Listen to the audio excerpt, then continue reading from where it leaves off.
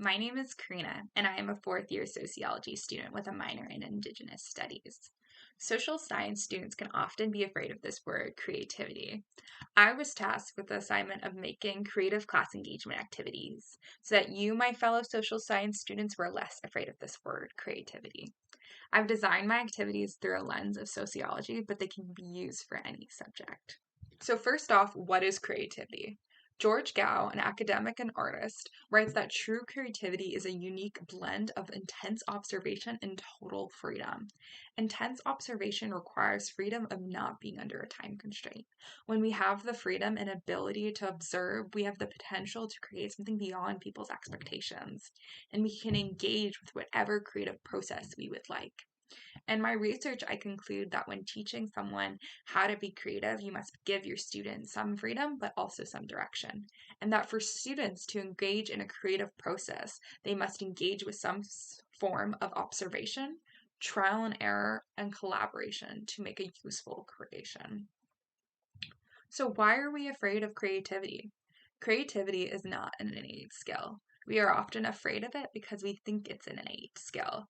The truth is, we are not born creative. However, creativity can be learnt and strengthened. For some, creativity can seem daunting, as it's not about the rules but listening to your intuition. Are you afraid to break arbitrary rules, like you must draw a straight line with a ruler?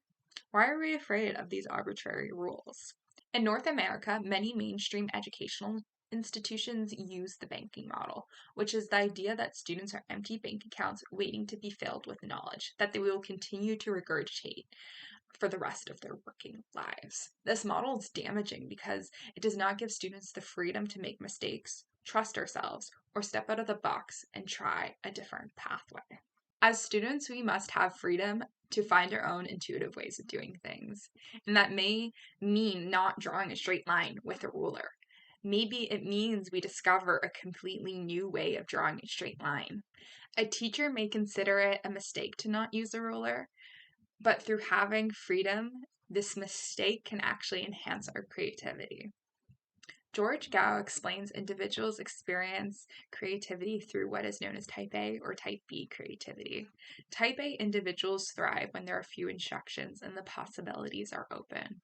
What is beneficial about type A is you can create whatever you want. Type B individuals thrive when there are few instructions and one expected outcome. Type B creativity can limit one creativity but does not have to. What is beneficial about type B creativity is you must engage in more trial and error to get a productive answer. Although we may identify with type A or type B creativity more than the other, it is valuable to engage with both types of creativity because sometimes in life we'll be given lots of instructions and other times in life we'll be given little instruction. To tap into type A or type B creativity, we must become more comfortable with the fact that our mistakes are what allows us to develop our ideas. In the show Love and Anarchy, created by Lisa Langeth, the main character Sophie writes a book about a little girl who starts as a seedling and then becomes a flower that grows into a tree and then forms a forest.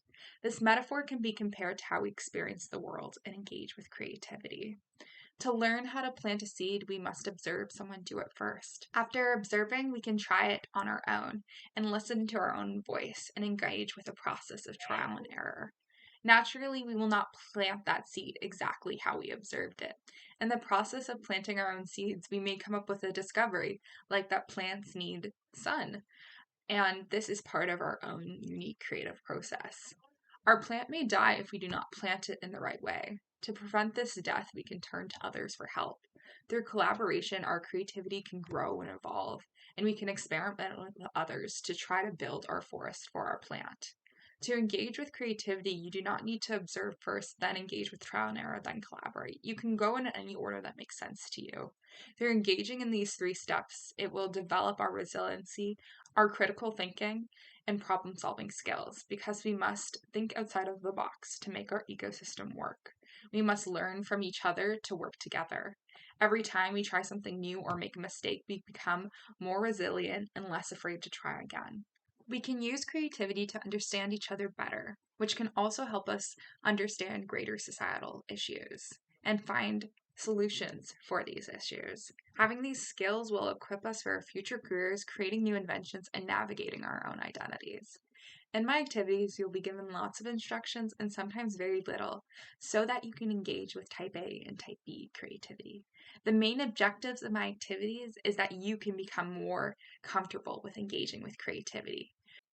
Creativity allows us to be brave, curious intellectuals. So, are you willing to try one of my creative activities?